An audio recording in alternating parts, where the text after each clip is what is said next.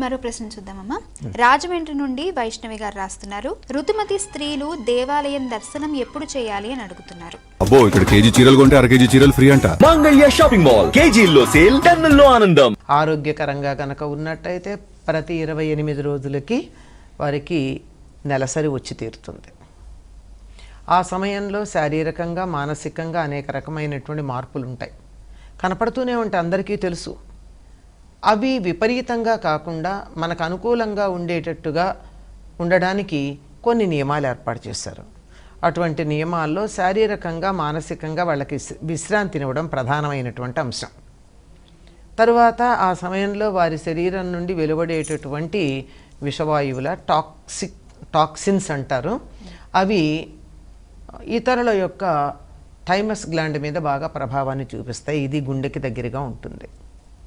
అందువల్ల అందరి గుండె పదిలంగా ఉండాలంటే వీళ్ళు కొంచెం దూరంగా ఉండడం మంచిది. ఇతరుల గుండెల పదిలం కోసం ఉండాల్సిందే. సరే, దాన్ని పాటించడానికి అదొక చాదస్తమని దాన్ని దూరంగా పెట్టేటటువంటి వాళ్ళు ఉన్నారు. ఎవరిష్టం వాళ్ళది. కానీ సత్యం అయితే మారదు కదా, ఇష్టానిష్టాలను బట్టి సత్యాలు మారవు.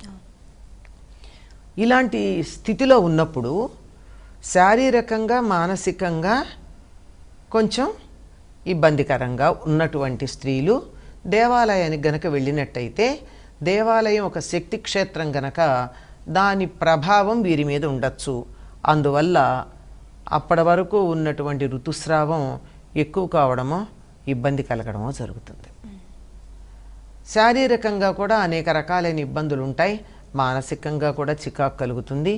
అందువల్ల శక్తి ఎక్కువ ప్రసారం అయ్యేటటువంటి చోటు గనక దేవాలయానికి వెళ్ళొద్దన్నారు.